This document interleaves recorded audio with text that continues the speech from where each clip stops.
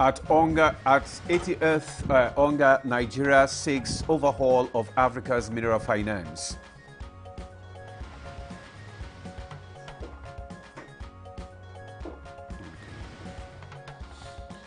National Revenue Service optimistic current reforms and fiscal health and revenue growth.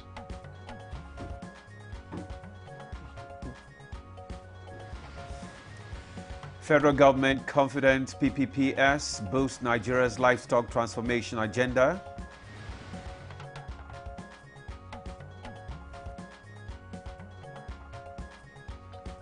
On Good Morning Nigeria today, we shall discuss latest CBN monetary policy resolutions.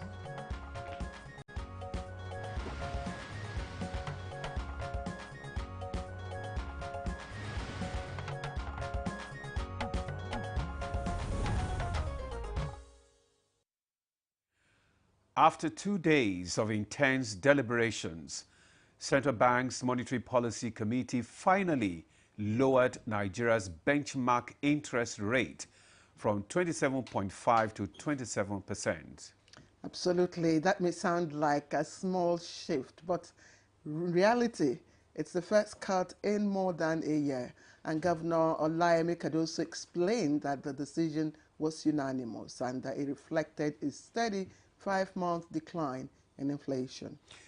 That's true, Claire. So the CBN is signaling confidence that its tightening measures are beginning to bite, and industries have been calling for this easing for months. Indeed, but of course that's not all that happened at the meeting yesterday.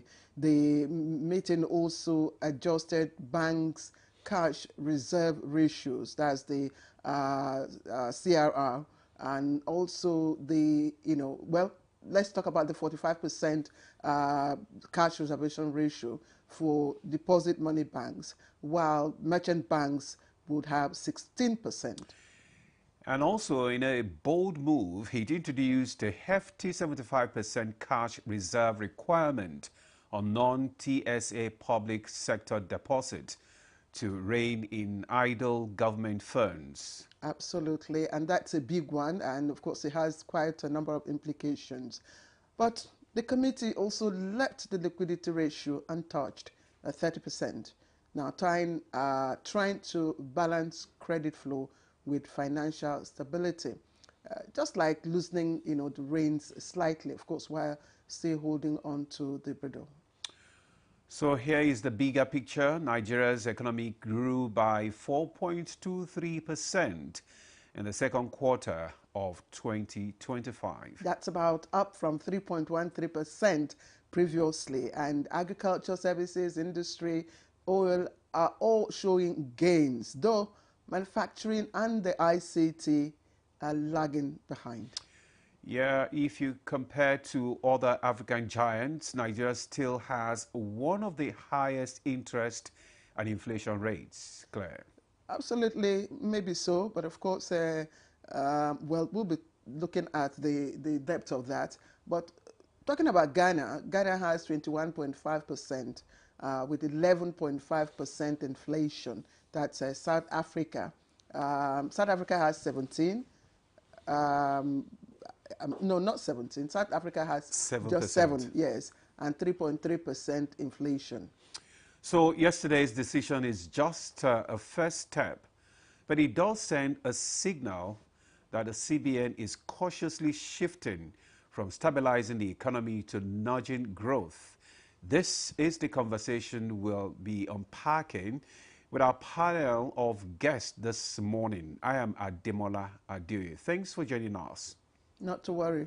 We will break down all the technical jargons for you when our guests join us much later in the program. I am Claire Adilabu Abdul Razak, and you're watching Good Morning Nigeria live on the network service of the NTA. And this is midweek's edition. Newspaper review will be coming up in a few moments from now with Chukwudi Okoliwaja, Chooks the Boy. But for now, let's go over to our newsroom where Stella in Namete is ready with the morning news. Stella, good morning. Good morning, Claire. Good morning, Ademola. Good to see you both. Good to see you too. I like your colors. You spoke about it earlier. Okay, here is the morning news. President Bola Tinubu has called for a complete overhaul in the global financial architecture of Africa's mineral resources, saying it was time for its nations not only to finance its mineral sector, but also assert their influence and power in the African products' global supply chains. Represented by Vice President Kashim Shettima, the President made the call at the second Africa Mineral Strategy Group high-level roundtable on critical minerals development in Africa, held on the margins of the 80th session of the United Nations General Assembly in New York. Future. Never again shall we wait for capital to trickle in.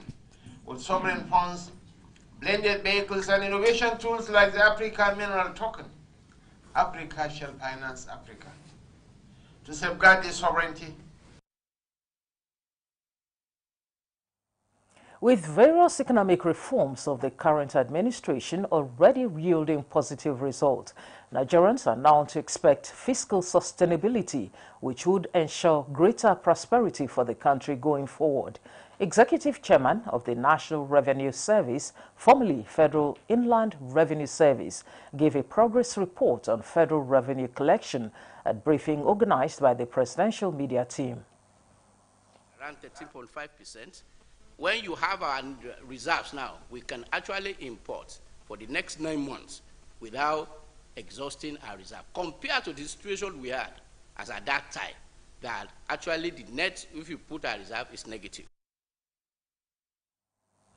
Nigeria's livestock industry is fast gaining tracks through public-private partnerships with resilience and climate-smart industry to compete favorably with global livestock giants. Minister of Livestock Development, Idi Mukhtar Meha, stated this at the 2025 National Livestock Transformation Dialogue. In a climate-smart grazing reserve in Kau, processed in a world-class abattoir in Abuja, and appearing on supermarket shelves in Lagos, Accra, Johannesburg, and London. This is the ecosystem we are building. The federal government is reiterating support to the creative media skills sector in Nigeria to harness its potential and develop it as a global standard human capital training hub. The Minister of Information and National Orientation, Mohammed Idris, gave this assurance while receiving the Executive Secretary, National Board for Technical Education, Professor Idris Bugaji, and the management on a courtesy visit. Technical education, vocational education. We concentrated on paper qualification, and paper qualification is not taking us anywhere. The writing is very clear on the wall. Nigeria and across the world, everyone is refocusing on skills. I think you need to have a better collaboration with the NELFON to ensure that more and more of our young men and women are able to go to school. The legal profession has continued to expand in terms of the numbers of professionals in Nigeria every year, with expectations that they will add values and cope with the increasing challenges and dynamics in the justice sector. Correspondent Olabode Arewa reports that the latest is the admission of more than 4,000 lawyers who graduated from the law schools into the bar.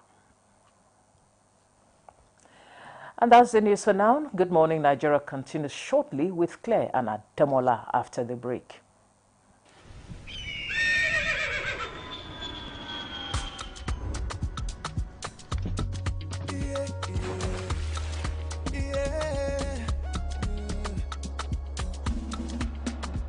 From the Atlantic across the savannah to the Sahara, we rise, the land of the free, we know they tire. We dream great, our spirit is undying. Resilient, rooted like palm tree, we swear in colors, with undying demand, we bet solutions, we ignite passion, yeah. Education is unique, we have more than just a nation. We are Nigeria, strengthening unity, we know they carry life.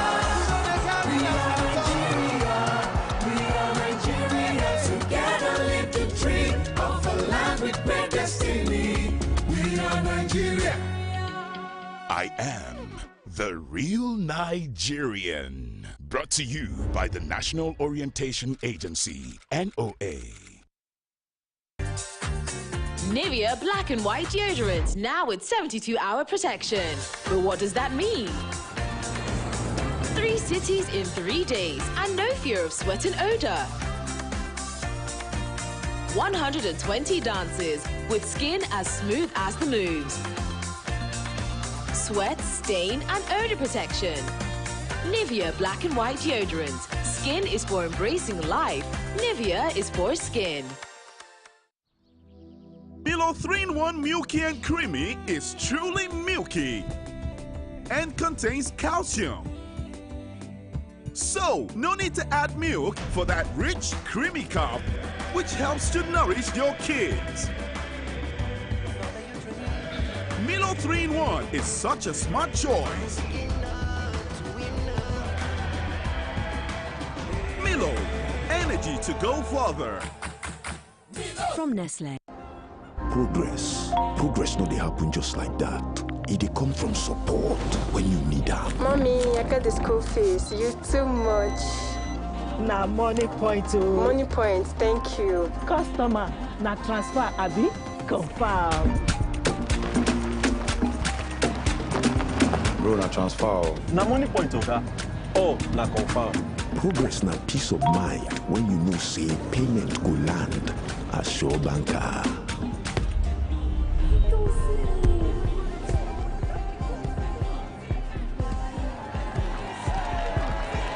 Progress na small wind where they carry person go far. No worry, yourself go make am. Mo go Bible. Victor, even you they use money point? Of course now, they use money point. Confirm. Money Point, made for your progress. Have you been aspiring to be a student of the prestigious Ahmadu Bello University Zaria to no avail? Worry no more, as you can gain entry through NTA Television College Jos, an affiliate of the renowned Ahmadu Bello University Zaria, where eligible candidates with a JAMB admissible scores of not less than 180 and 100 scores, and with 5 credits O-level in social sciences, including English and mathematics, can turn their passion in broadcasting to profession by applying for a BSc in Mass Communication and MBTE approved innovation diploma courses in film and television production, broadcast journalism and television engineering respectively. The college, as a training hub with a pedigree of professionalism in the media space, also offers specialized courses in other related fields. For more information, visit our website at www.ntatvc.edu.ng or contact 08033 834-343 and 08069-809-897. Announcer Management. Welcome back to the program. Good morning, Nigeria and the network service. And it's time now for newspaper review, but just in a moment.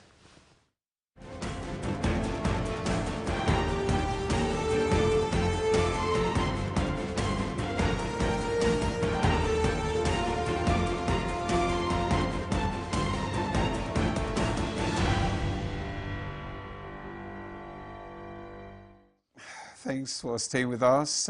We have our newspaper reviewer here, Chukudi Okoli Ubaja. Chooks, it's good to see you again. Thank you so much, Demola. Forget all those small episodes they give you. I love you. I really do. Hello, Claire. Well, since you love Demola, I don't know what else you But I said everything is clear about Claire. That does not amount to that. It's not the same thing as loving Demola. That's what they go. And I hope you know what. I hope you better qualify it. Newspaper review. Before we begin to. Anyway, let's start with the Daily Times. Women. And the Daily. What have we done? You said you're men. We men. Federal government revokes more than 1,000 mineral licenses for defaulting annual fees. That's on the front page of the Daily Times. And then, of course, other stories there. NIMET predicts 3-day rain, thunderstorm in Adamawa, Kaduna, Bauchi, and other states. And Abbas seeks medical trade partnerships as Cuba strengthens ties with Nigeria. and failed transactions. Banks customers decried delay, tedious process of money reversal. That's on page 11. And other stories there. Okay, we've said this. Demola. Okay, I have the Business NG here. Let me just start with Business NG. iPod warns Tinubu, DSS over Kanu's health. Then we have Remi Tinubu raises 20 billion naira for National Library. Details of that story can be found on page 11. And just below that nameplate, we have post 14 banks scale CBN capital test. Nigeria's GDP grows by 4.23% on oil rebound. Natasha returns to Senate, says no apology. Parents cry out as private schools hike fees nationwide. Then from that one, we move on to the Blueprint newspaper. Just below that nameplate, Idris hails MBTE for creative media skills development. CDS hails Nigeria-US military health collaboration. Foreign reserves hit $43.05 billion. CBN cut interest rate to 27%. Remi Tinubu raises 20.4 billion naira for National Library. Chooks, it's over to you. Foreign reserves hitting 43 point, what? $43.05 billion. I think it's beginning to get in the region of what we had under Obasanjo. Yes. And that's a great leap. It is a great leap. Somebody called me yesterday and said, I don't miss newspaper review. I like the way you do it. But yesterday, you became a Tinubu apologist. You know, I said, hey, Sonny, you're free to say what you say. Privately, I said I'm a fan of his. But my journalism would always analyze what Tinubu is doing for us, doing to Nigerians, because he's our president, we voted him in there, and he must be accountable to us. You separate the journalism from the emotional person. That's how I explained it to him. But I also said that there are practical things to the things I say. It's not just that food prices crashed. It is that in the past 4 months, the foreign exchange seems to have stabilized a bit. 5 months. So when people bring emotions into things, I plead with my fellow journalists in the newsroom. Hold politicians accountable. They must be accountable to the people. And we are the people who beam the torchlight on them. Okay, but also, when things begin to show signs of, be a journalist, because it's about factuality, fairness, accuracy, objectivity, and balance. Okay, Chukwudi, let's, yes, my dear. Let's quickly, there are quite a number of other stories. 3 soldiers bagged life imprisonment. 1 gets 15 years. And the reason for this is why I'm actually raising it for you to speak on, for aiding terrorists.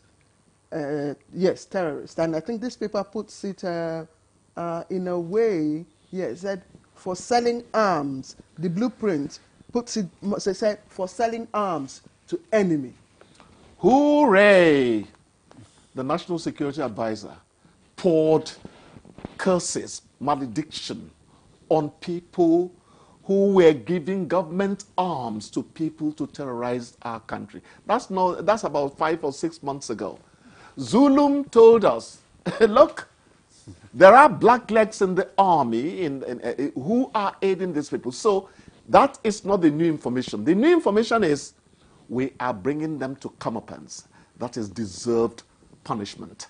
And that takes us a step further.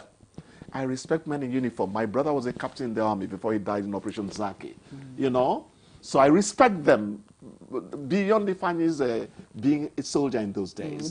But we must also make soldiers know that you are in such an honorable position on behalf of the country that you cannot afford to do anything that lets us down, because that uniform is sacred. It's sacred. I've always said I had very, very, very, very high respect for the green Yes, you know, I saw your uniform. report. You showed it. Yes, for the green uniform. Yes. Not just because I attended, you know, military school, you know, primary school, but also because is that why you're a militant? Because I was part, you know, and parcel. I inherited the discipline, and there is You grew up in Dodon Barracks. Yes, I know the story. you understand, and that's the discipline in the military, especially Nigerian army. Yes. You can't. I mean, you can't fault. And the courage. We stopped the wars in Sierra Leone and Liberia. Yes. You could make it a Comog. Absolutely. But we were the pathfinders. Yes, you could find some bad elements, and that's why Nigerians say, when you discover them, please do the right thing. And that's why they're fishing them out right yes, now. fish them out. Not just this Nigerian army, the police as well. Exactly. Other services. Yes. You know, do these things, and then you continue to build more and more confidence in the Nigerian public. And then you will earn their support.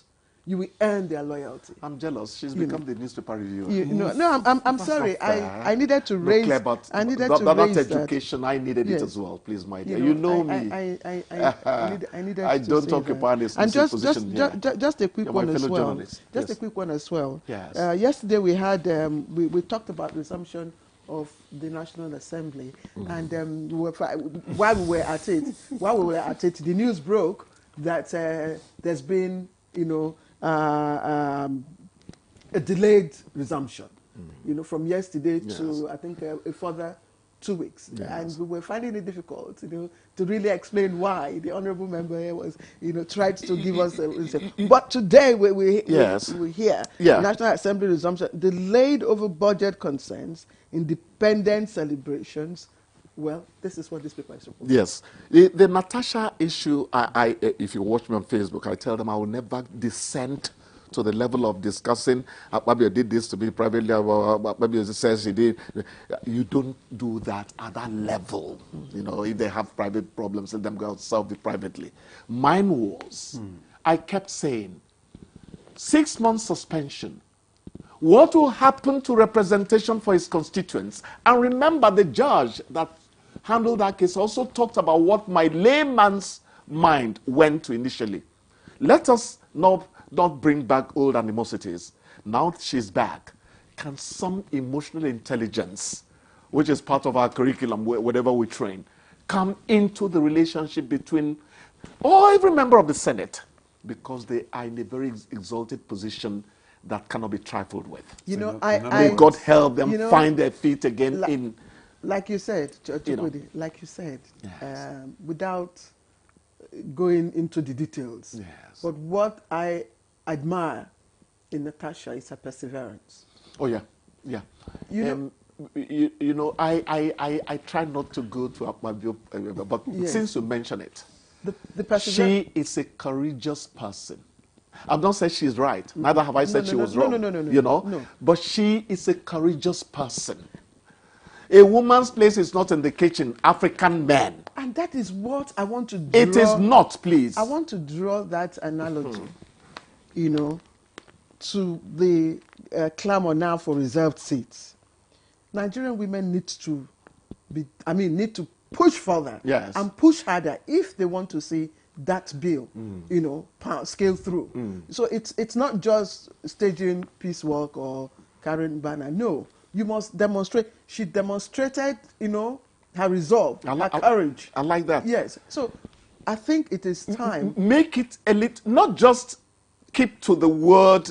Was it Beijing action? What was that? 35%, Yes. whatever. Yes. Did we implement it, Claire? No. Lip service. Well, to some extent we didn't get to 35%. We didn't. We didn't get to 35%. But there was an improvement. Yes, there was an attempt. Yes. There were attempts. There were attempts. You know, today you get maybe 1 or 2 women in the National Assembly. The next system will come, maybe one to drop to one. So it's just here and there. You know, but this is something I keep on blaming journalists for. From the Obasanjo time to the Jonathan time, we saw an improvement and all that. We have this problem of not trailing the news. We break the news and run to another story. We should have been watching from Obasanjo, Jonathan, Tinubu, Buhari, Tinubu, whether there has been a progressive, trajectory to keep on giving women these privileges we think they should have. And I'm that is happy, journalism. And I'm happy, and I know that the First Lady, women, have the First Lady support. Because you've come again. Yes, I Stella, know. The Stella First Lady of Nigeria. No, Remi Tinubu, Victoria Gowon, because she has Miriam Babangida, they are my stars. She has shown such empathy Courage, for women deport, and children issues. Home training. Yes, and look at the fund she raised.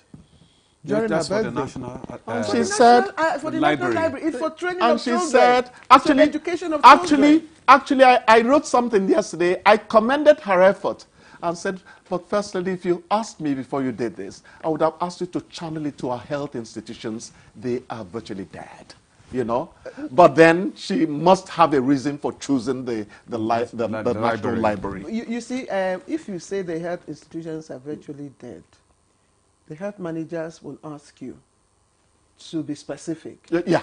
To be specific. Yes. Because that's a sweeping statement you just made. Because I know, we did... Claire, it's not everything you say. Yeah. My wife has dementia. She had a fall yesterday, and I had to rush her to hospital. Yes. I know what I saw. No, but that's your I know what I saw. That's your individual and the doctor experience. was telling me, look, these things, they should be here.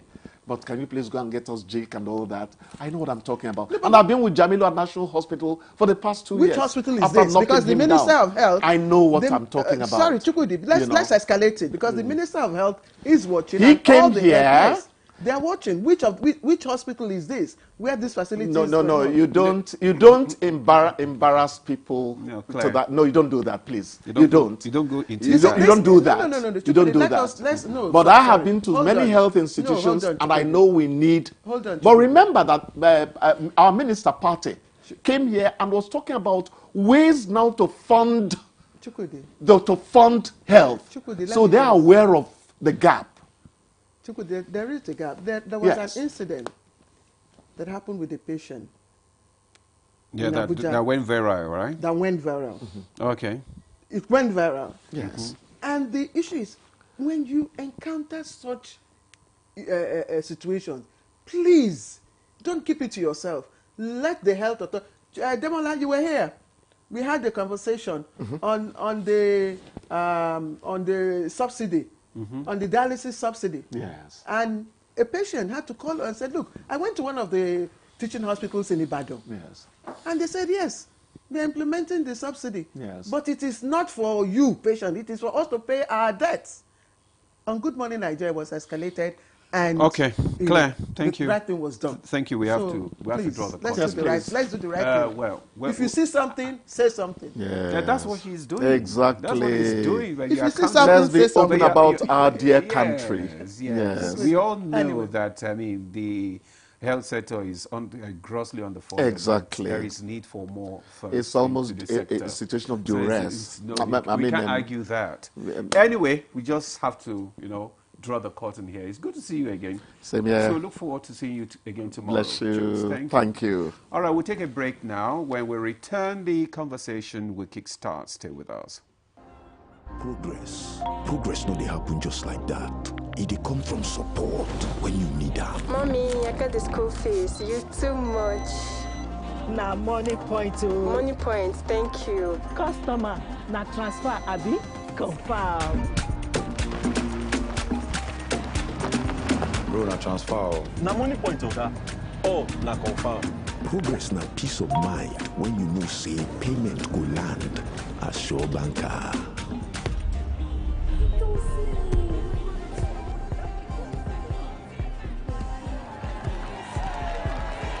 Progress na small wind where dey carry person go far. No worry, yourself go make am. Mo go buy ball. Victor, even you dey use money point? Of course now, they use money point. Confirm. Money Point, made for your progress. Sharp wits, fierce competition, and answers that will shock. Sweet baby goes, sweet baby goes. We know your paper. Because like those three brothers were fake. Name something that can be solved. People see how we press the buzzer. Oh, Lenny Baba. Quiet tea. Adeoluwa, name something that can be solved. Botox. Name something that can be solved. That's it. What do you mean by that thing? Sausage of a man. Yes. You like a bad thing. I'm very innocent. Rebecca, name something that can be solved. Breast. Aye. The women on this show, they are different species.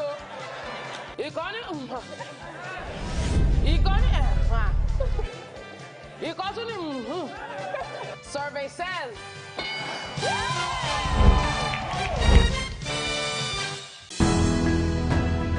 The counsel of our fathers. My advice to these young people is please do not take us back to those harrowing days. You probably do not know what it is. Nigerian youths, let's build our nation together.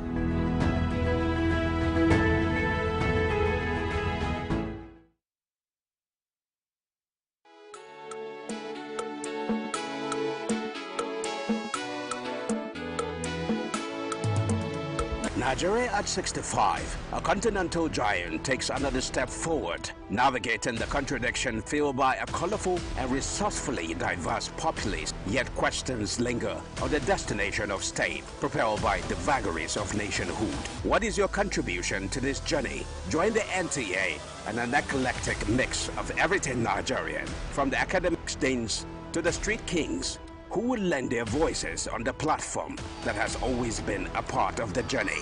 The NTA on October 1st, 2025.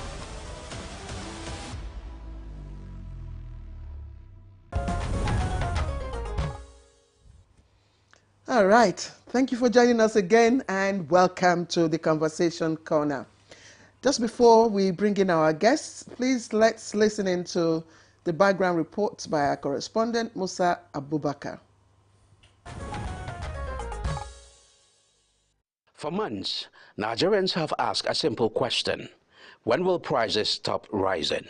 Now the central bank says it has reason to be optimistic. The Monetary Policy Committee has cut the benchmark interest rate by 50 basis points from 27.5 to 27%. Its decision built on 5 straight months of disinflation and a forecast that inflation will keep slowing through 2025. We are seeing consecutive disinflation. We are pleased. Okay, this is the 5th time consecutive. Our goal is for single-digit inflation. That's our goal. Okay, and that is something that we are very resolute on, and we will not stop until we get there. The committee also noted a calmer foreign exchange market and revealed that 14 banks have already met the recapitalization requirement, strengthening the backbone of the financial system. We are building the resilience, we're building the buffers, we are looking at the situation, and we are reacting where we have to react, and at the time we need to do so. For the bank, these are technical moves, but for ordinary Nigerians, the impact is deeply personal.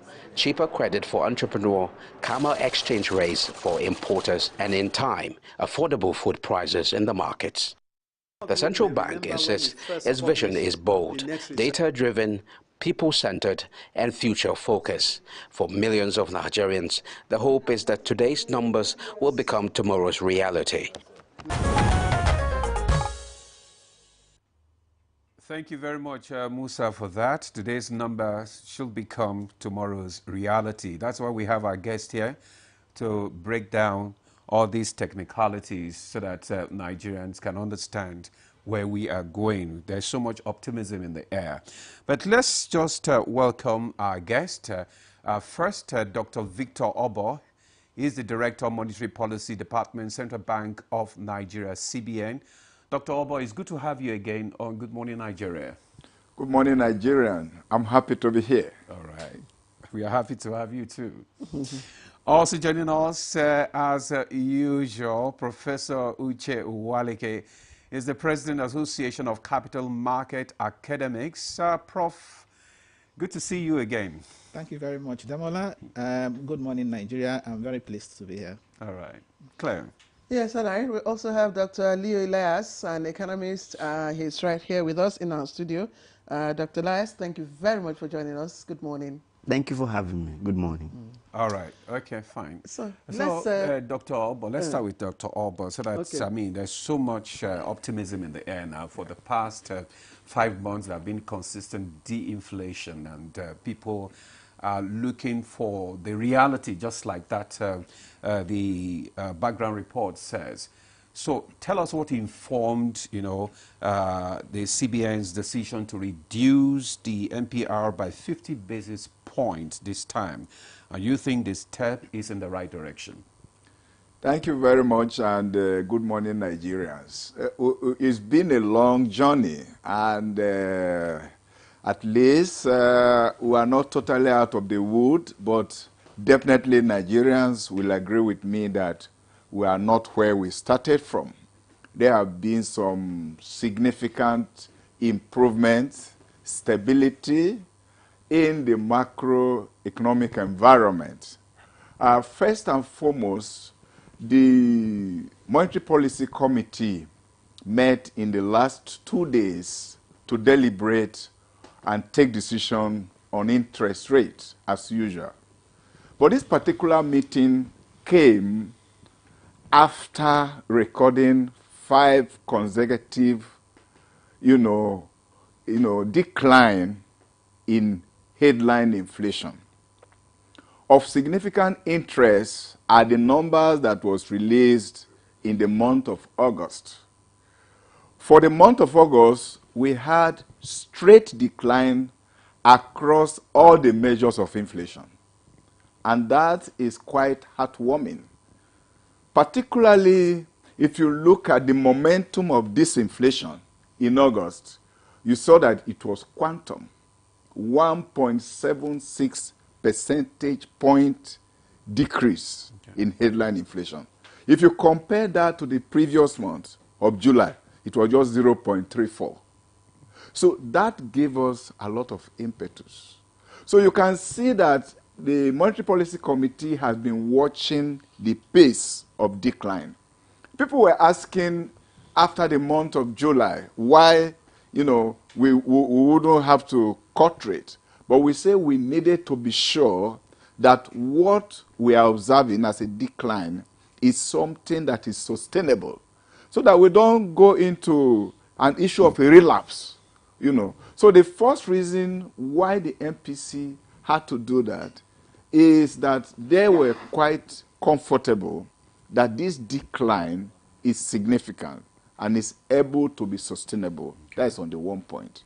The other major reason is also the fact that the projections, the forecast for inflation for the rest of the year has also shown that this trend of disinflation will continue, particularly with the onset of the harvest season. So this gives us another comfort. Okay. The last point, and very important also, is the fact that the Monetary Policy Committee need to support economic recovery.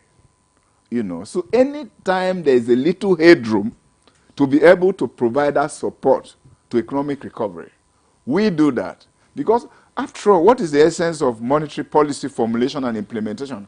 Is to provide a conducive environment to achieve sustainable growth.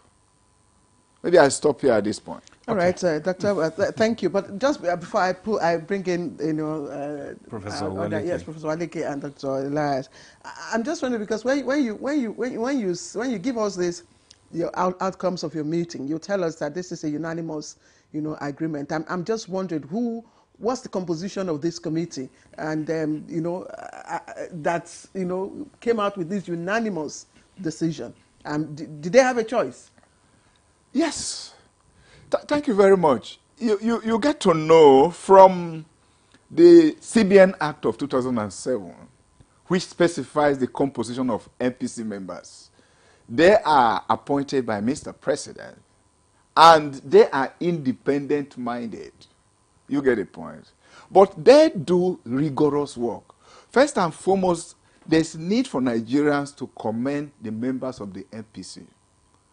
Almost all through their meetings, all the 12 members are always in attendance. Some of these members live outside the shores of Nigeria, working elsewhere. So there is independence among them. What it indicates is that they undergo rigorous, reporting, screening of the of data, of reports, prepare a lot of reports. So that provide them, and by the time they go for that meeting, there is a lot of reports that they read, brainstorming. So the whole of the first day of the MPC is about brainstorming. What happens when you don't have a unanimous agreement? The majority carries the vote. Okay. In a situation where there's no unity, everybody is free to be independent. And let me remind you, even after this meeting, you're going to see what we call their personal statements. And it's published on the website of the Central Bank of Nigeria. Okay, they have personal statements, which they submit. If you go to the Central Bank of Nigeria website, and you will see each of them with their personal statements. All right. What they think about the decisions. Thank you for the clarification. Thank you. Professor Uche, I'm just wondering if you look at the interest rates, it's just 50 basis points. Yes. I mean, we hear of these points and all that. Yes. Last time it was moved from 27 to 0.50%. Yes. Now the 50 basis points have been taken off, and yes. Nigerians will say, this is just like when you have a bowl of rice. Yeah. You just remove 1 grain of rice out of the plate. Yes. And you are saying you have Absolutely. Yes. Please, yes. Can you explain that yes, to us? absolutely. It's actually very small. Permit me to come from the classroom now for the benefit of your viewers who don't have financial background. When we say 50 basis points, we mean 0.5%. Okay? 1% is equivalent to 100 basis points. So when you reduce by 50%, by 50 basis points, it means 0.5%. Okay, so the reduction from 27.5 to 27 is 0.5%, which is 50 basis points. Again, why the concern around that rate? That rate is called monetary policy rate. What is monetary policy rate? It is simply the rate at which the central bank lends money to other banks, in the central bank's capacity as lender of last resort. So when the central bank lends money to a bank, for example, okay, at a rate, for the bank to unlend to their customers, of course, they will have to add to it. So they hire that rate, they hire the cost of credit.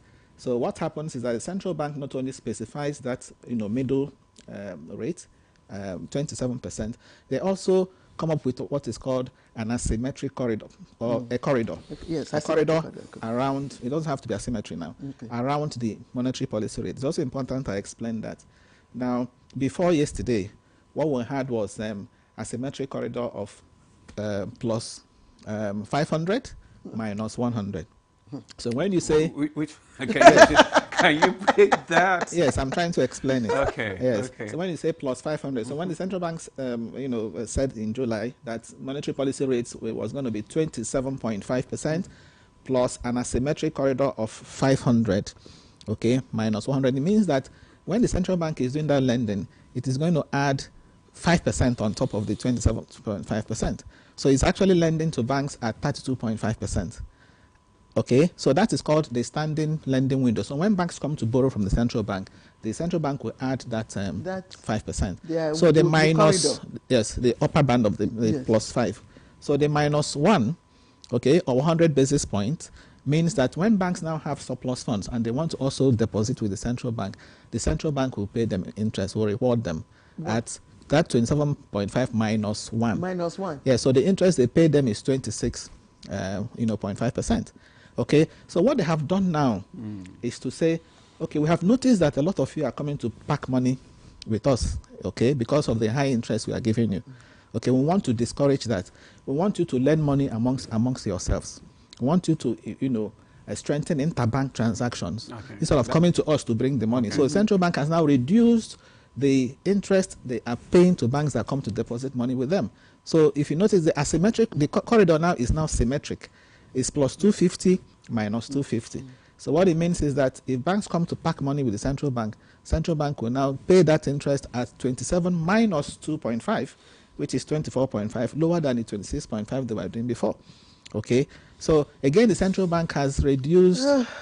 Yes, I'm trying to. Yes. Prof, go ahead. Yeah, so the central bank has also reduced again in order to put more money in the system. Okay, part of the easing they are doing now, it's not just the rate they reduced.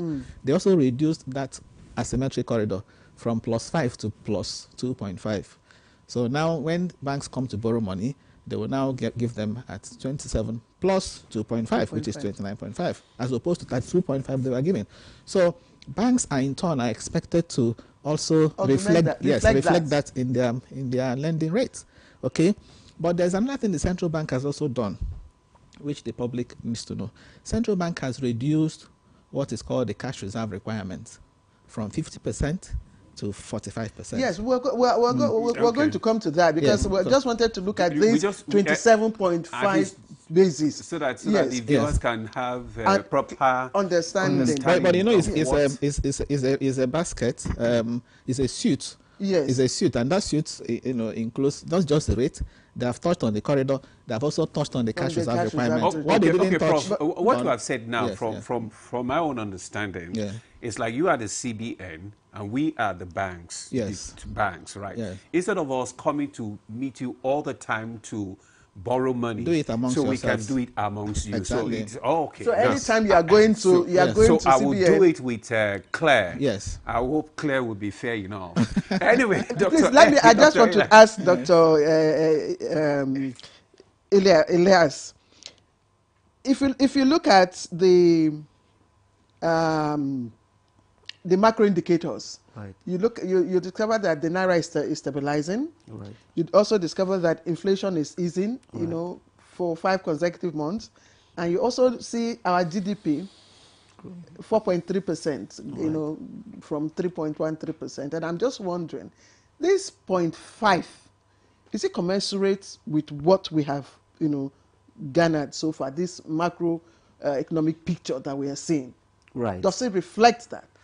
Right. So the fact remains, even for me, I think during my expectation of MPC outcome, I was expecting 25 basis points because I was thinking there should be cautious, in the approach of it. Because if you are coming down, also you must come down in a way that it will not make the inflation also goes up. And why am I coming on this perspective is that that increased interest is an incentive to another business as well. So for instance, let's look at our financial sector. So most people come into the sector to actually invest because they think, well, maybe they have money in the stock. They think by the time, because the interest rate is there, they come in to do business and actually enjoy. So when you are also reducing, it must also be a wrong signal for them to also look at it. Are they actually going to go away with their money? Because we could see stability in our foreign exchange. We could see, everything is, for now, we must also commend the CBN because most things are actually on the positive trajectory, which is a good one. But like I said, it is not yet, like you actually mentioned that, at least it's a step forward. So for that one, it's a good incentive for our manufacturing sector, for small businesses, because with this, we can now have confidence that, yes, I can also go to bank to borrow, at this 27%, not 27.5%.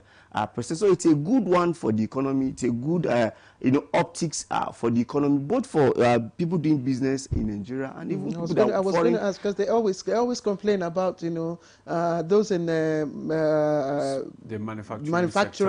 manufacturers, exactly. Yes.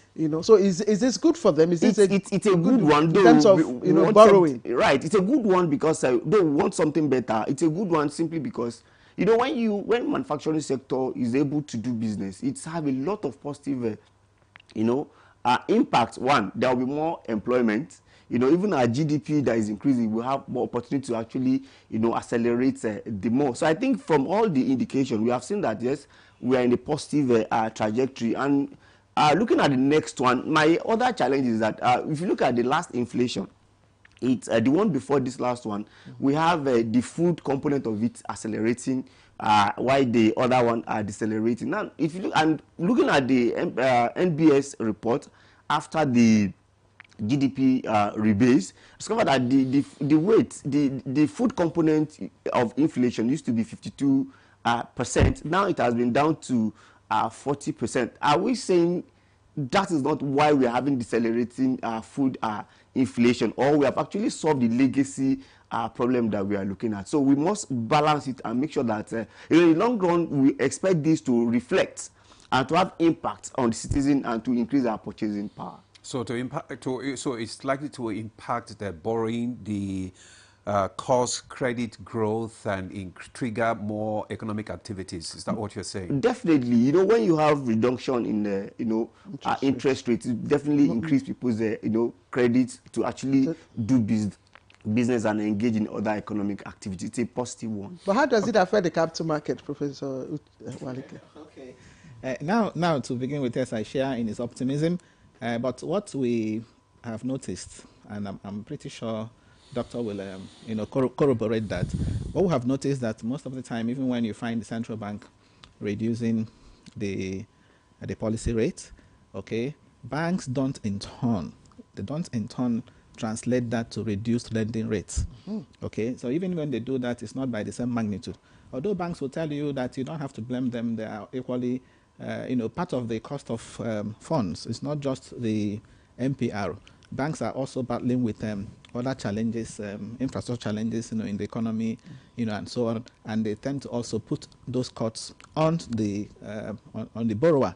Okay, so that's why most of the time central bank will even tell you that they have issues with transmission mechanism. Okay. Transmission mechanism means that if central bank wants to reduce liquidity in the system, they will increase rates.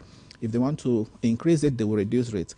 Now, when they reduce rates, in the hope that liquidity will reduce, through the credit channel, okay, on interest rate channel, and through the credit channel, that more money will go to the risk sector.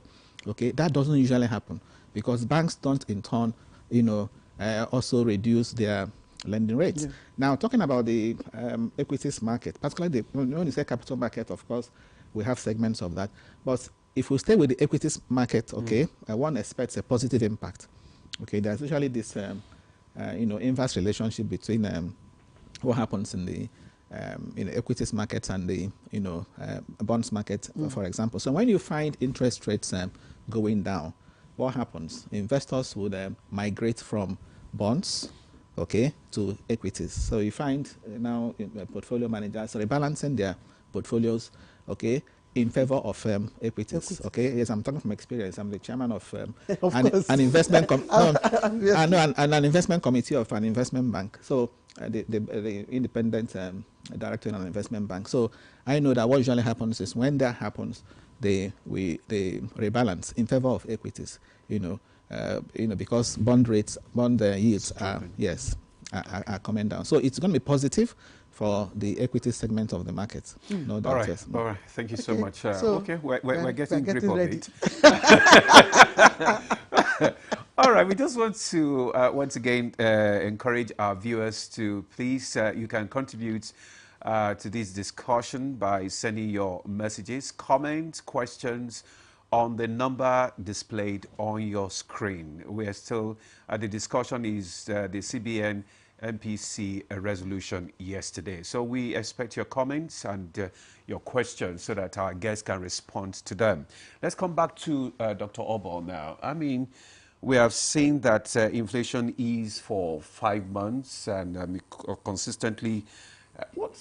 Tell us what's really behind this drop, and do you think it will be consistent? Thank you very much. As I said earlier on, it's been a long journey. Remember, in November 2024, inflation stood at around 34.7%. That was way, way high,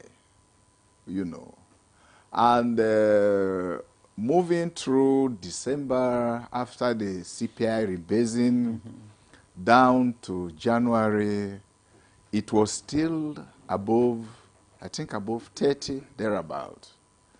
And then the disinflation process started. And we had gradual decline. And then in March, it spiked up. It spiked up. And in April, we had a little relief. It came down to around 23.7%. And May, it dropped a little. June, it dropped a little. And there was a call for a rate cut, you know. And the bank, in their May MPC meeting, emphasized the need for patience so that we have sufficient deceleration, you know, up to a point before which we can cut. So what has happened is that the tightening we had, this 27.5% before the cut, had been sustained. So that effect of tightening is what we are seeing now. A prof made mention to the transmission mechanism of monetary policy. What that means is that when MPC takes a decision, it takes some time. We call it the lag effect. It takes some time for that decision to transmit through the various channels, the credit channel, the exchange rate channel, even the expectation channels, and the rest of them, before it gets to the real economy. So that lag effect is what we are seeing now. So it's largely attributable, the decline we have seen now is largely attributable to the impact of that tight monetary policy stance of the bank. So that is the major point. Now we are seeing some reasonable improvement. And then coupled with the stable exchange rate that we have. You remember in that report of yesterday, our external reserves stood at over 43 billion US dollar. 43.05 yes, billion. Yes, 43.05 billion US dollar. Yes. That gives a lot of confidence to the public and even to investors. So if people are going to speculate, going to hoard dollar, you are just wasting your time because we have enough arsenals, to be able to defend the naira if the need arise. But why is the naira still lagging behind the dollar at 1,400, if that is the case? But remember that the exchange rate, the naira has actually strengthened. We were at 1,800 at one point. In fact, at one point we were. In fact, people were already speculating that we were at 2,000. Yeah. It has come down from there to 1,500. The last check, we were 1,480 something. Is it likely to go further down? Very likely. But optimistic? But mind you, yeah, I am. But very more importantly for investors is not just the drop, is the stability. How stable is it? Even for consumers. If you know today that you are going to buy this cup at 200 naira, and tomorrow you're going to buy it around 200 naira. Or less. Or less. You are at peace. Okay, Dr. Bob, sorry. But something, I mean, the CBN governor said that what they are actually driving at is a single digit, inflation. Yes. Is it possible? Very possible. Well, very. Everything is possible. Let me assure you. If these measures are sustained. Yes, let me assure you. We have our forecasters, statisticians, econometricians that sit down and project the trend, the trajectory of inflation. We have a vague idea of what inflation will be in October. I mean, September number, October number to the rest of the year and even beyond. That's what I mean by the projection. Projections have shown clearly that inflation will continue declining. So we have our projections, and we have a vague idea of when we will hit single digit. And let me remind you, the objective of price stability, monetary policy all over the world, the objective, the target is single digit. Single digit remains the best global practice everywhere. Even any country that its inflation rate is very high is still targeting single digit. In fact, in advanced country, they look at 2%. Dr. Obo, thank you, because this, hopefully, we are optimistic. We will get there to a single-digit inflation rate. So yes. We're hopeful, but yes, other factors. Yes, exactly. Yes, exactly. Yes. But I so want to let me clarify. Let me clarify the issue of the other factors. Okay. Go ahead. Go ahead. So it is subject to a lot of factors. Yes, and economists talk about all things being equal. You get a point. Yeah. But even when we have shocks that try to shift those objectives, that's the essence of monetary policy. Monetary policy comes in with a lot of, decisions to be able to return inflation to a single digit. Okay, let me seek your clarification. Professor Waleke mentioned something about alignment of resolutions with the banks, that the banks rarely or most times do not reflect these cuts. Yeah. So how do you monitor that banks stay on course? Yeah. So what happened is that it's not only in Nigeria. Now, what happened to inflation as a whole, or interest rate as a whole, is that it is downward sticky. You will agree with me that anytime there's a raise in monetary policy rate, there's a raise, there's an increase. When we raise interest rate, banks quickly respond to it. You get the point? When you engage the banks, they now come up with a lot of excuses, structural issues, cost of operations, infrastructure challenges, and the rest of them. But with what government is doing in addressing all those other factors, our expectation is that banks should be able to reflect the cut, in the retail end of the market. When I talk about the retail, I'm talking about the lending rates now. So we are expecting the banks to respond to that. I want us to look at the alignment, Professor Waleke, of the Fiscal Sustainability Act and then the midterm strategy that the CBN governor talked about. I mean, how do they align? How do they cooperate? Okay, yes, you have raised a very important issue. When Doctor talked about the desire of the central bank to attain single digits, I quickly added ceteris paribus, other factors remaining the same. Now, part of those other factors also includes what happens, by the fiscal. Okay, that's the fiscal authority, because central bank. If you also check in that communique, in fact, in all their communiques, central bank has always been worried about the injections that usually happens, from the fiscal side, especially with respect to the recent increased surge in government revenues. You notice that most of the time, anytime you have FAC meetings and this federation account is distributed, what happens? You experience pressure in the forex market, okay? Which is also why, and I'm happy, the central bank now is in a position to defend.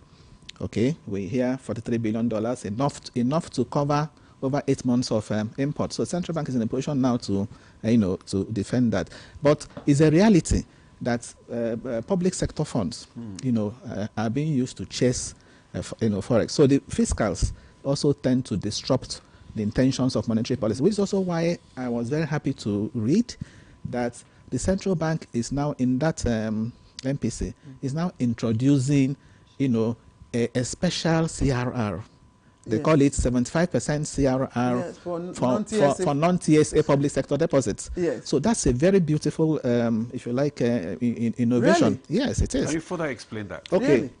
Now, again, my experience I was a former finance commissioner, so I can also explain that. a lot of states, okay, have deposits, with the banks. States are not mandated to operate, federal TSA. So you will have your, deposits in commercial banks. There are also MDAs at the federal level. We understand that also are not, putting their funds in the Treasury single account. So usually when these funds come to subnationals, states and local governments, they are put in commercial banks, and you find commercial banks running after government, deposits. It is this deposit, much of it, that is also used to come to buy forex. So central bank now wants to make that move, unprofitable. Okay, so it wouldn't make sense for you to, for example, take government deposits and you're promising 10% interest when the central bank is saying 75% of that must be locked up. 75% CRR means that 75% of the total thing you're getting must be kept with the central bank and sterilized. So you're only left with 25%. So it's a way to penalize that culture, if you like, and discourage it. So central bank is now saying that the banks should go more after the private sector deposits, collect them and lend to the real sector. That's what central bank is encouraging, as opposed to collecting just government deposits, and recycling them. Does it affect MDAs? Yes. Because I'm asking, because even as it is now, MDAs complain bitterly of how the TSA is worsening, their liquidity. Now, if we are raising it to 75%, is it not paradoxical? I mean, that is from 50% to 75%. Yes, is it not giving the MDAs yes, more headache? for commercial commercial banks, the CRR, cash reserve requirement, was reduced from 50 to 45.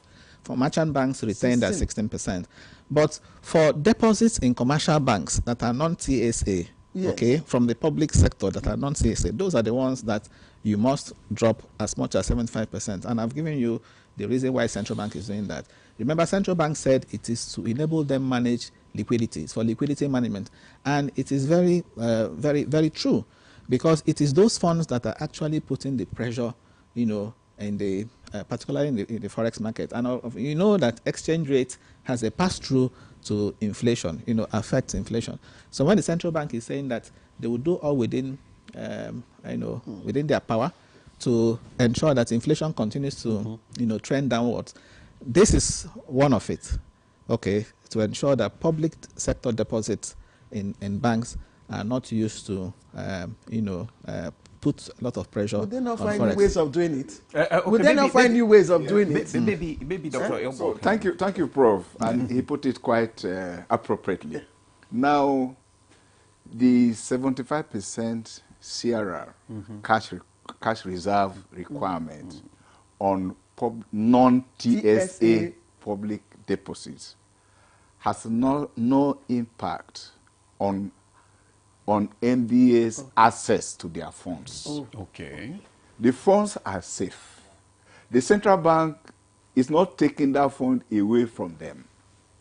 So what does it mean? What that means is that any time those MDAs want their funds, they go to their bank. The bank will find a way of meeting the customer's need. So they have nothing to worry. I heard that they will have to get a certification from the coordinating minister of finance. No certification. No certification. Look, we have been implementing 50% CRR on all accounts, including your money in the bank, the money you deposit. 50% of it has been sterilized with the CBN. What it means by being sterilized is that the CBN has not taken it away from you. The CBN is saying, let's keep this so that you don't benefit, there's no profit on it. It's your account. It's kept in the bank's account with the CBN. So the CBN has not taken it away. What it means is that we don't want you to trade with it. Because if you trade with it, it's going to increase the volume of liquidity and then increase inflation. Okay. Do you get the point? Okay. So anytime you go to the bank, even with the 50% CRR, no bank can deny you of access to your funds. In the same way, no bank can deny the MDAs of access to their money. Banks also have access to other deposits that they can use to be able to meet their daily obligation. Okay. Whatever the MDAs need, banks can provide to them. In a situation where banks cannot provide for them, the central bank make provision for commercial banks to borrow from the central bank. That is what he referred to as standing lending facility window, which we have now reduced, you know, to now. So the banks. How easy will it be when those MDAs want to make use of their money? Is it any time the MDA, assuming for instance, the NTA, for instance, I mean, we have needs of cameras, we have needs of things that we... Go to your bank, you get your money. Simple. There's no, just as simple as that. There's no hindrance. The same way you go and access your account. Yes. Yes. So there's nothing to worry. Dr. Elias, okay, let's bring you back into the discussion now. I mean, a lot of discussion on this deflation and, you know, stability in the foreign market and all that. But how clear and effective is this CBN's communication of these changes in the market? How clear is it to the public? You are an economist. Right. So basically, it may not be clear to the general public, but like you rightly said, this will translate to what will happen day to day, and that's what the general public is expecting. The general public is looking at, if I go to market and I want to purchase, how easy, how has the price actually reduced? And that was what he was talking about, the lag. That the period at which you start seeing those things happening before it translates down is the challenge. So for me, I think we must also have this reduction, perhaps maybe sustainably, maybe 3 times before we can now say yes. Public can now actually see it directly. But on a general note, we could see that things are actually coming down in terms of price of foods. But the challenge now is not the price of food. It's not the price of food coming down, but it's the purchasing power of Nigerians. Yes. You could have food at maybe 1,000 naira, but you cannot the affordability, and that's why Prof rightly told the doctor that you know, ceteris paribus, all things being equal. For instance, we are looking at things coming down. You agree with me that most Nigerians now, our challenge is that most of our income are expended on food, right? And transportation. So if this can have a reduction, that's when Nigeria will now say, yes, I'm now getting better because of the things coming down. So we must now look at other variables. Now we must look at cost of transportation, cost of food, the supply chain problem, which perhaps may not be under the purview of the CBN directly. And these are the factors that will help the inflation to actually continue to go down. So we must work on that and see that all other things work in tandem with the forecast, like he's rightly said, that work. And that also has to do with fiscal policy, you know, direction. It's very, very important. I still want to go back to the 75%, you know, cash requirement for non-TSA funds. And I like the way you explain, you know, things, and I want you to, I mean, candidly look at it. I mean, it's like you are saying to us, to your children, if you hide this money somewhere and I see it, I will hold it and lock it for you. Now, is it really physical discipline, or are you just worsening the case so that they will find another way of doing it? Yeah, I like the analogy, but I don't think you're worsening the case. It's a fiscal discipline. You know, sometimes when you try to achieve something through moral suasion and it's not working, okay, you try to now put in place measures that will compel the entity you're regulating, you know, to comply. So I think that is what the central bank, you know, has done. I just mentioned it, you know, while I was talking earlier. If you read central bank monetary policy communiques, okay, over time, okay, before this one, you will also find central bank worried about the fact that what we can call a fiscal surprise, injections coming from the fiscal side are also disrupting, monetary policy plans. So I think this is a novel way to address that, to say, because the pressure, we've noticed that the pressure is coming from public sector deposits, okay, let's sterilize some of these funds. And just as the director mentioned, it's not as if you can't access your funds. Your funds are still, are still there. It's just that the central bank is saying they don't want that to contribute to the liquidity in the system, okay? If you also read the communique, this one they released, you would find there too that central bank is saying that part of why they did not apply a deep cut, okay, just 0.5%, which we have said, for me, I described it as a slap on the wrist. It's very, very, very small. For me, it's simply central bank is sending a signal, that they're ready now to change their policy stance. So the markets are now saying, okay, the future part of interest rates will be downward. So it's just a signal. It's very tiny. So the central bank is saying part of why they didn't really do a deep cut. It's also because that they noticed that the banking sector is still awash with liquidity. It's there in the communique. It's still awash with liquidity. And the central bank says that there is that liquidity tool that is fueling, demand pull inflation. In Ghana, recently, the Bank of Ghana, okay, implemented a 300 basis points, cut in their own policy rate. That's like 3%. Yes, 3%. Yes, that's correct, 3%. So the Bank of Ghana was able to do that because of course, the conditions, okay, quite different from what we have in Nigeria. The Central Bank of Nigeria is saying there's still liquidity in the system. And the Bank of in Ghana today, inflation rate is as low as 11%. Okay, in Ghana, the inflation band the Bank of Ghana has is between 8 to 10. In Nigeria, it's 6 to 9%. So our own central bank is working towards 9%. So to answer your question pointedly, I think the central bank, took the right step, by introducing this, special CRR requirement. I also want to recommend to the central bank that they should also find a way of incentivizing banks to now lend to the real sector. Okay, I did some analysis of some of these banks that have released their half-year results. Okay, and I realized that what you find there is, for most of them, their loan-to-deposit ratio has dropped below 50%. So the thing is dropping, and if you further do analysis, you see that lending to the real sector is reducing. So central bank can actually incentivize that.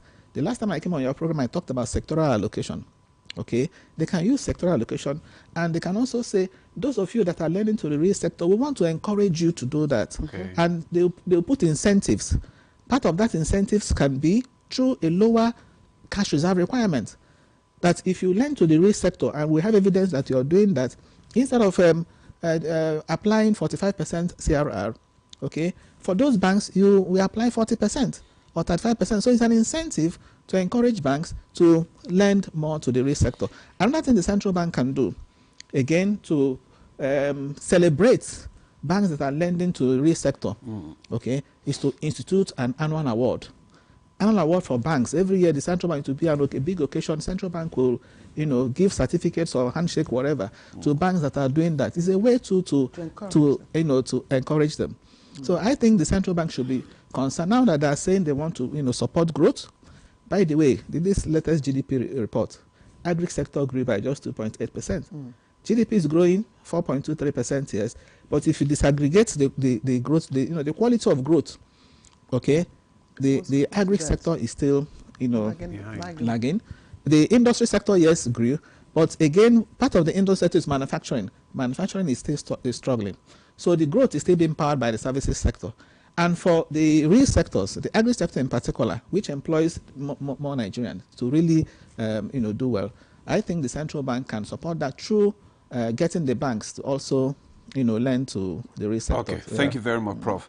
We already have a lot of comments and questions from our viewers, which would like to read out so that Dr. Obo and the other guests can also respond to some of these questions. The first one is from Gilbert Alabi Diche from Jos. He said, what will be the consequences if the interest rate were reduced to as low as 15%? Now, this one is from Bashir Umar from Kano. He said, good morning. While inflation has decreased, it hasn't improved across board. Although food prices have dropped, cost of farm inputs like fertilizer, agrochemicals remain high. Nigeria should not rely on food import. We need to be able to produce what we consume and even export surplus. The next one is from Kashim. Oh, this one is from Edafi Amena. So my question is, how does this NPR affect the purchasing power in economy? Because the purchasing power is power for some of us who operate small-scale businesses. That is how it affects these small-scale businesses. Maybe Dr. Elias will respond to that afterwards. Hello, good morning, Nigeria. I'm Ikmat from Kuje. I really enjoy watching Good Morning Nigeria. Thank you, Ikmat. This one is good morning, all in the studio. My name is Lord George La. I'm listening to your discussion about the monetary policy. My keen interest is on the exchange rate between the Naira and the dollar. What we saw in recent days, the Naira has really appreciated. In this case, that is Dr. Obo from CBN, is talking about single-digit target. What will be the rate between the Naira and the dollar when the economy hits single-digit target? Then let me just take this last one before you will respond. Then Claire will take our own questions. This one is from Ade to Beru Olumide. It's alarming that whenever the CBN reduces interest rate, commercial banks will not respond. But anytime it's being increased, these banks are quick to increase their interest rate on the borrowers, that is their customers. Can there be a policy statement towards ensuring that commercial banks implement downward review of the interest rate for the borrowers anytime the CBN reduces interest rate? Dr. Obo. Okay. Thank you very much. And the participation of the public is very important. And I must commend NTA for this platform. Yeah, it's quite because there are feedbacks that helps us to go and have another look at our policies. So somebody asked about the consequence of a reduction in the interest rate up to 15% and what that has on the purchasing power. What it means is that if you reduce the MPR or the interest rate that the bank is charging, what it eventually means is that you have cheap assets. Loan become cheaper, for banks to on-lend to customers, to the various sectors, the industries, the MSMEs, and so on. And if that happens, it means that their own cost of production has also reduced. And if your cost of production reduces, it means that the cost of the product, also reduces to the final consumer. Okay. So in that case, prices of items become cheaper. So it increases your purchasing power. Oh. That is the transmission, mechanism. So that is exactly what happened. Spillover effect. The spillover effect. So it helps to boost your purchasing power. Okay. So that is it. Sorry, Doctor. I think the question is asked. The intention is, why is the CBN not dropping it to as low as 15%? Oh, that's fine. That's fine. Yes. Okay, simple answer. Yes. What happened is that if you drop sharply from what we have now to 15%, it means that you are releasing so much liquidity into the system. Yeah. Now there's a relationship between what we call money supply and inflation. Money supply is the total quantum of money in the economy, in the system. So that is the principle of inflation. Too much money chasing few goods. So prices rise. There's pressure on price. If everybody has so much money buying the same thing, then it now means that the price will rise. That is exactly what the central bank is doing. The central bank is controlling the volume, the quantity of money, and the price of that money, so that that increase is not so much to raise the price upward. So what it means is that having raised the interest rate up to that 27%, it tightens the volume of liquidity, the volume of money that is available to the public. Yeah. So you have to regulate that. You know, if you bring it down so much, then there's so much access to money in the system. And what it will trigger prices. Price increase. Yes. So I think that's very simple. Yes, very, very simple. The response you earlier gave to was a response to one of the questions. Okay, good. To know how, you know, what you have done affects the pocket of the common man. Beautiful. And that is what you have done. Okay. Okay, what about the issue of the bank not, you know, implementing? Okay. So what happened is that we also need to know, Prof mentioned the issue of rewarding banks, you know, and then incentives and the rest of them. So what happened is that we need to understand the trajectory and the history of where we are coming from. Once upon a time, there was a regime where central bank had to do credit allocation. Banks are instructed and directed to allocate credit to preferred sectors. In some cases, there were laws and policies, you know, to say, look, banks must allocate 50% of their credit to the agri sector and the rest of them.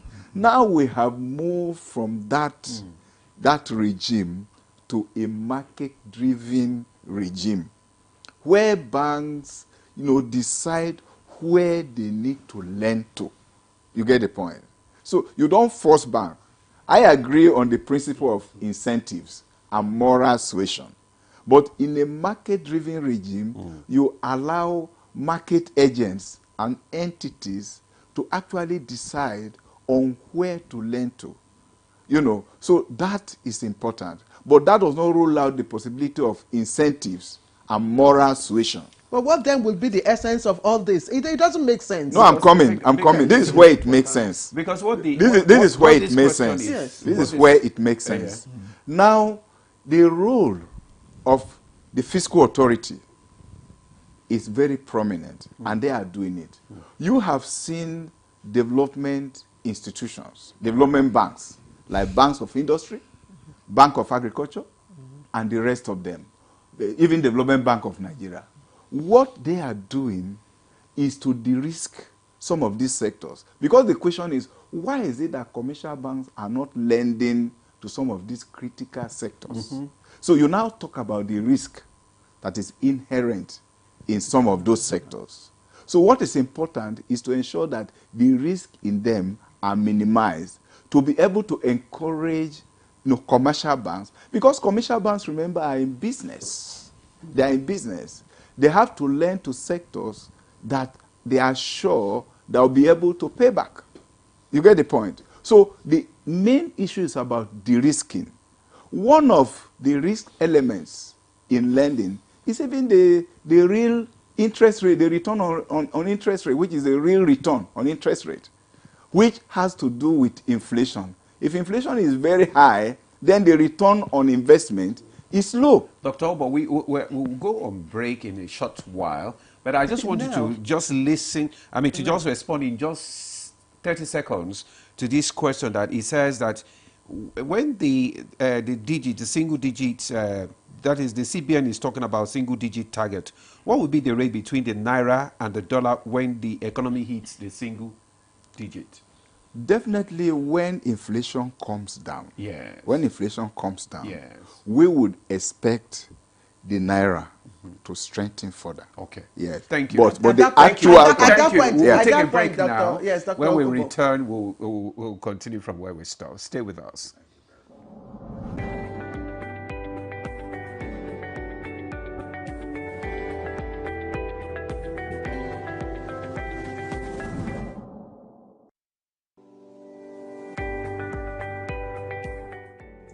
food security is national security. And where there is hunger, then the insecurity in that particular country will continue to remain.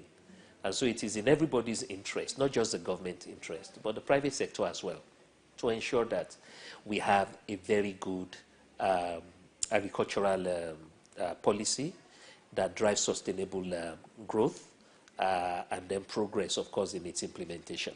One of the things that we were doing and we stopped doing as a country is the operations of the storage facilities, the storage infrastructure, all the way to logistics, talking about farm mechanization, the vehicles that we need, the feeder routes, the construction of the feeder routes. The feeder routes are so called because they are not a trunk roads. They are farmstead roads. I believe that if a considerable investment can go into the construction of feeder roads, then our machines, our transportation equipment would be a lot more efficient.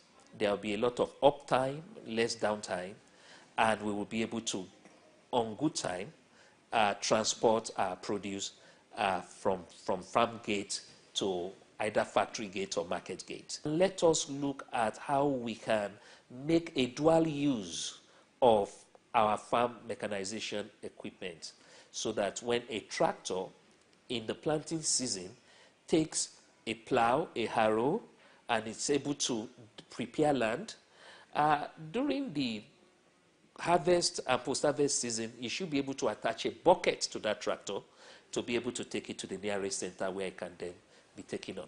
These are short and medium-term measures that we can take to boost productivity. We need to ensure that agriculture is practiced in the most acceptable and modern way possible. We need to make sure that the science of agriculture is indeed science. In other words, we are able to apply methods, we are able to apply resources into grain agriculture so that when we are fully migrated away from hoes and cutlasses and all of these menial tasks, which, by the way, have formed some impression in the mind of these young people, they would then be able to see how enjoyable and how profitable agriculture can be.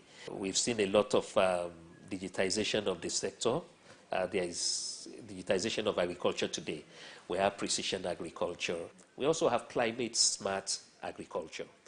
All of these, of course, hydroponics, greenhouse agriculture, and all of these are actually a better way, a more excellent way of producing food in an organic manner, but a lot more smartly.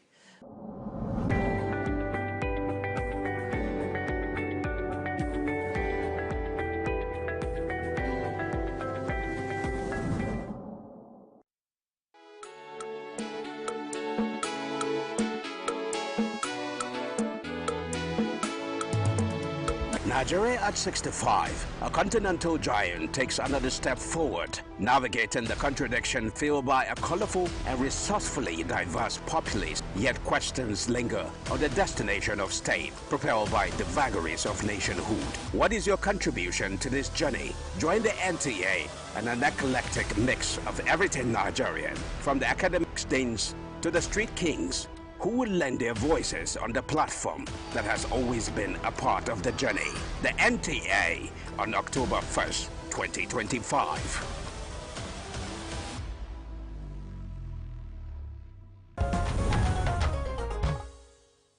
All right, welcome back to the program, and it's Good Morning Nigeria. Let me quickly take the next set of questions, messages that we have received, and the first one is coming in from Abu Tenenge. Abu Tenenge says the truth is that banks are not currently reducing interest rates on their lending. How is the CBN monitoring to ensure banks reduce the rates, and when CBN is reducing? I think Dr. Obo had answered this one. This is coming from, I'd like to get this name, no name here. Okay, he said, I think the central bank should look more into stabilizing the Naira, at least $1 to the Naira, going for 1,000 Naira or or 1,200 naira at most will go a long way and make things more easier for Nigerians, and also make foreign exchange available in commercial for people to easily access, because scarcity of USD makes it go up when one wants to purchase from BDC operators. Good morning, panel of discussants. Please, to what extent will this 25% interest rate affect lending rate to small business customers at commercial banks? This is from Pastor Charles from Port Harcourt. Again, Dr. Boy, want me to take that question? You got it? Yeah, I do. Okay. Yeah. Good morning, discussant. I'm Haj Hudu Oswe from Kaduna. I'm of the opinion that the current decrease in inflation is due to the harvest season for the food crops. It is normal trend, annual trend. I will advise the CBN to also put policies to reduce the bank lending and savings to single-digit rates to stimulate economic development. I remember in the past when savings was 6% and lending rate was 9%. This is from Yusuf Sharif from Maiduguri. Kudos to CBN. Inflation is really coming down. This is beyond classroom analysis. In the past, a bag of beans came as low as 40K, maize 30K for 50 kg in the month of August. We pray it will be sustained when harvest months set in. Madam, grateful, inform the Director of Central Bank Monitoring Policy to direct the commercial banks to equally domesticate the lending rate reduction to customers as done by the central bank. Good morning, Nigeria. Please let this reflect on hospital bills, government schools. Anyway, maybe you should just allow maybe... No, the questions are for Dr. They're for the central bank. Thank you very much. And let me thank Yusuf for appreciating what the central bank is doing, and all of you too. A lot of questions revolve around the retail lending rate by the banks.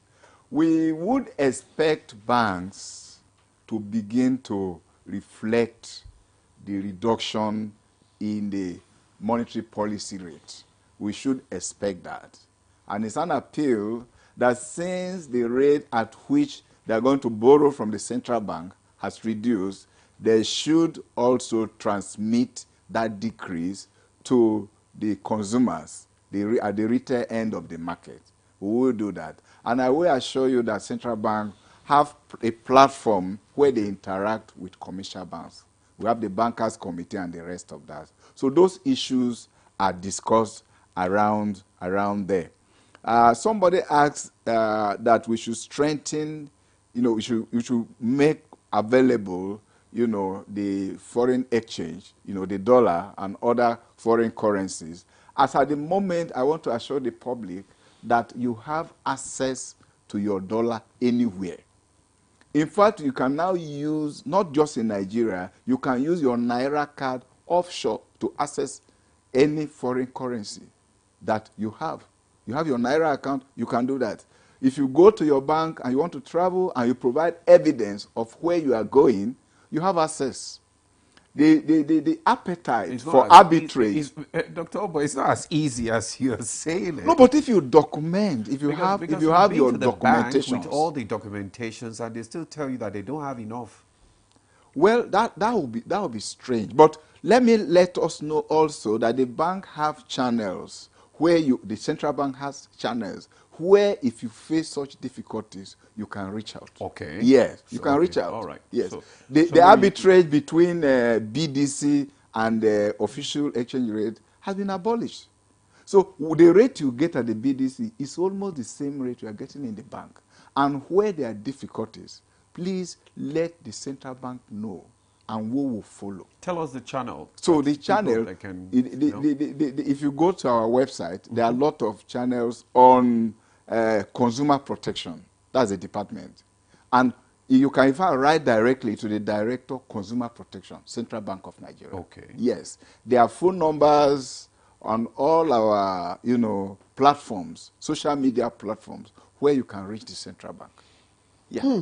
Okay, thank you, Dr. Abbott. Thank you. Maybe Dr. Elias, you want to also respond to some of these questions. Right. I think the major thing is the question asks that how will it reflect on the MSME or strengthen the MSME? Yes. And I'd like to also speak to what Director has said, that since they cannot do intervention directly to intervene into to empower businesses directly, they can also go about sectorial support, like a professor actually said, because if you leave it open, finance sector will continue to take the lead, and it's reflecting actually in our GDP, because finance sector are actually doing well. But the main risk sector that can actually bring the real investment, that can help manufacturer, that can help small businesses, are not that empowered. You can see our industrial sector, our industry and our agricultural sector are not doing well. Now, coming down to MSME, now, the fact is that MSME employ more, over 50% in Nigeria. So to reflect what CBN is saying or what the economy is saying, it should be traced down the long run to these small businesses. If my business is 2 million naira and I need facility of 5 million naira to upscale, because the beauty of it is that you move from small business to scale gradually, and that's how our economy can actually move. People must scale from that small to medium, from medium to the next level, and it's by you assessing, having access to credit, and that's the key thing. So the lag time is the major issue now. Now we are, you know, for MBS, the release is month on month. But the FPC, I'm sure the next one will be maybe in November, right? So for the lag between September to November, are we going to see the reflection of what's the reduction in the business? That's the question the person is asking. And it almost now goes back to CBN again. In as much as they have the power, also monitor them to be sure that they actually implement this, so that small business can actually have access, because it will trickle down, and you know, it will be better for Nigeria economy. I like that. Let me just respond. Yes, just right. Okay. So the decision about MPR, right, the impact is instant. Yes, it is instant. Right. So the MPR, having been announced, is already implemented. Right. So there's no lag time with respect to that. Right from today, if banks are borrowing from the central bank, they are borrowing at the new rate.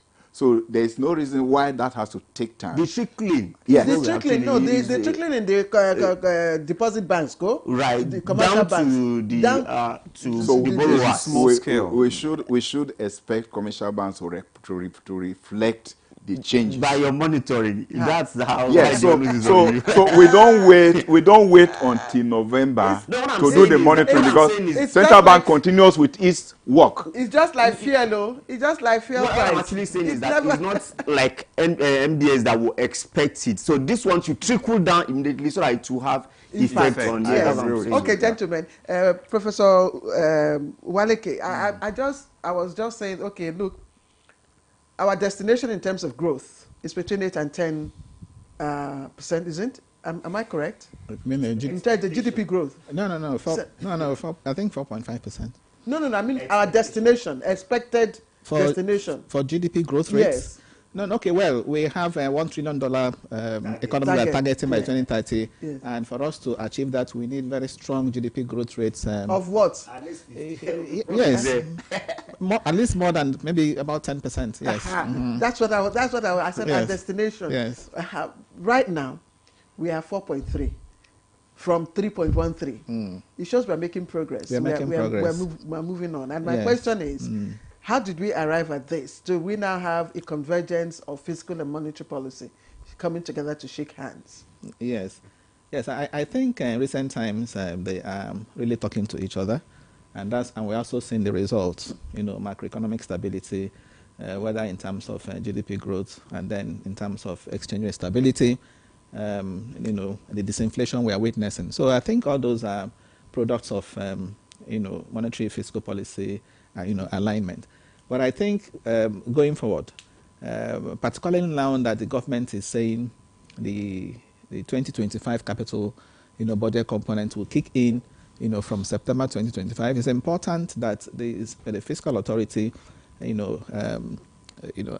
gets this discussion with the monetary authority on the regularity of the releases, okay, to also manage the injections.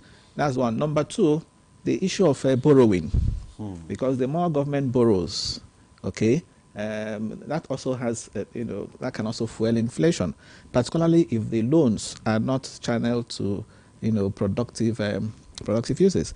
So on the fiscal side, when you say government borrowing, how do you mean? No, government has been issuing bonds now. Borrowing, particularly from the bank, from the CBN. No, from the capital market, for example, from the domestic market. Government bonds are issued in the capital market. Government has been borrowing. When government borrows, okay, that's for long term. Of course, government also does short-term borrowing, through treasury bills.